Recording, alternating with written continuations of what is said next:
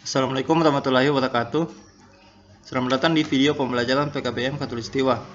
Pada kesempatan kali ini, kita akan mempelajari tentang Bahasa Indonesia Modul 7 Unit 2. Siapakah dia?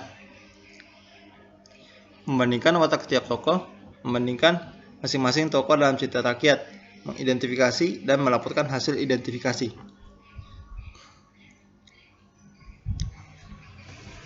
Pada unit ini, mari kita bahas bersama tentang membandingkan watak para tokoh. Subunit ini akan membahas membandingkan masing-masing tokoh dalam cerita rakyat. Materi yang sudah kita dapatkan adalah mengidentifikasi dan melaporkan hasil identifikasi.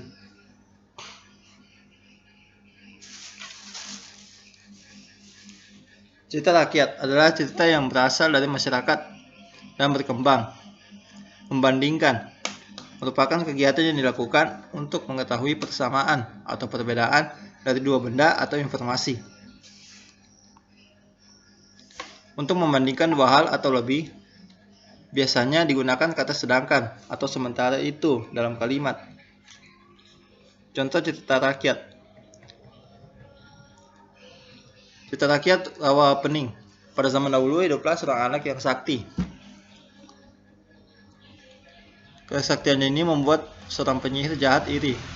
Penyihir jahat menyihir anak itu sehingga tubuhnya penuh luka dan bau.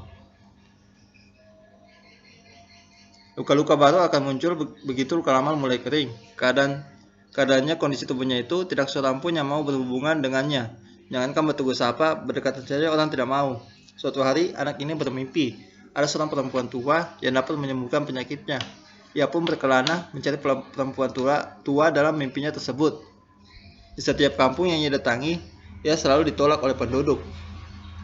Akhirnya, sampailah ia di sebuah kampung yang sebagian besar penduduknya adalah orang yang sombong. Tidak banyak orang miskin di desa itu. Mereka akan diusir atau dibuat tidak nyaman kalau tinggal di sana. Pada sebuah pesta yang diselenggarakan di kampung itu, anak kecil ini berhasil masuk. Namun, orang segera mengusirnya dan mencaci makinya. Ia langsung diseret keluar. Pada saat terseret, ia berpesan kepada orang itu supaya lebih memperhatikan orang yang tak punya. Mendengar kata anak itu, beberapa orang makin marah. Anak itu merasa terluka dengan perlakuan orang tersebut. Lalu ia menancapkan sebuah lidi di tanah dan berkata, "Tak ada satupun yang bisa mencabut lidi ini dari tanah, hanya aku yang bisa melakukannya." Orang meragukan ucapan anak tersebut. Mereka pun mencoba mencabut lidi tersebut, namun tak ada seorang pun yang dapat melakukannya. Dalam beberapa hari, lidi itu tidak bisa dicabut. Suatu hari, secara diam-diam, anak itu datang dan mencabut lidi itu. Tanpa sepengetahuannya, ada seorang warga melihatnya dan melaporkannya kepada warga yang lain. Dari tempat lidi itu dicabut, mengalirlah mata air. Semakin lama, air itu semakin deras. Air menenggelamkan daerah tersebut sehingga menjadi sebuah telaga yang kini bernama Telaga Rawa Pening. Tidak ada yang selamat dari musibah itu, kecuali seorang perempuan tua yang berbaik hati memberinya tempat tinggal dan merawatnya. Secara ajaib, penyakit kulit anak itu sembuh. Namun penyihir jahat yang telah menyihir anak itu tidak terima dengan kesembuhan itu. Kemudian ia menyihir anak itu menjadi seekor ular besar dengan sebuah kalung genta di lehernya. Konon, ular ini sering keluar masuk dari sarangnya pada tengah malam. Setiap kali bergerak, dentingan kalung di lehernya selalu berbunyi. Bunyi inilah yang membuatnya dinamakan batu kelinting.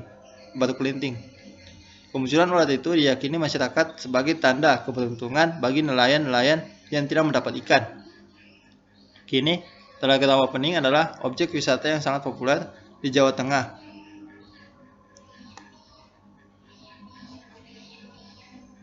Menyajikan hasil membandingkan watak tokoh dalam cerita. Mari kita bahas tentang perbandingan watak tiap tokoh. Berikut contoh cerita rakyat.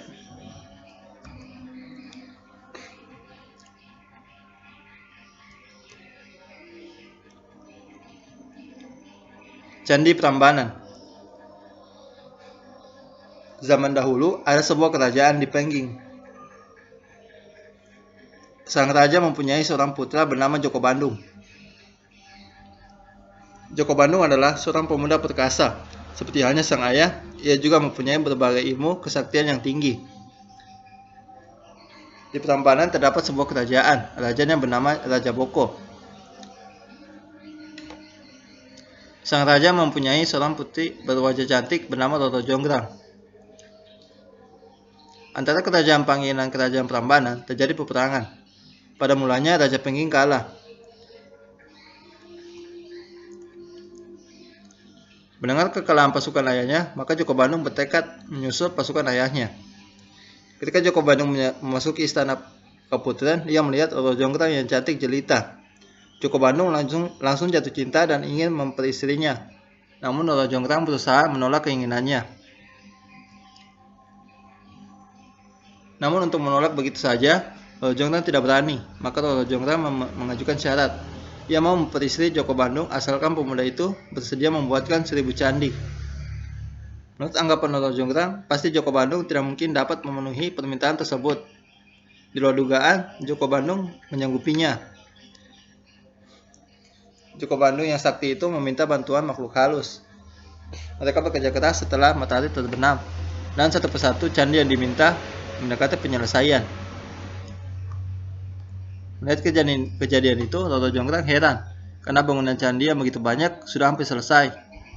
Pada tengah malam, sewaktu makhluk halus melanjutkan tugas yang menyelesaikan bangunan candi yang tinggal 1 buah, Roro Jonggrang membangunkan gadis-gadis desa Prambanan agar menumbuk padi sambil memukulkan alu pada lesung, sehingga kedengaran suara yang riuh. Ayam jantan pun berkokok saut-sautan. Mendengar suara tersebut, para makhluk halus pun segera menghentikan pekerjaannya. Disangkanya hari telah pagi dan matahari hampir terbit. Permintaan Roro Jonggrang tidak dapat terpenuhi karena kurang 1 bangunan. Waktu itulah Bandung mendekati Jonggrang dan berkata, "Jonggrang, kau ini hanya mencari alasan. Kau tidak mau, jangan mencoba mengelabuhiku."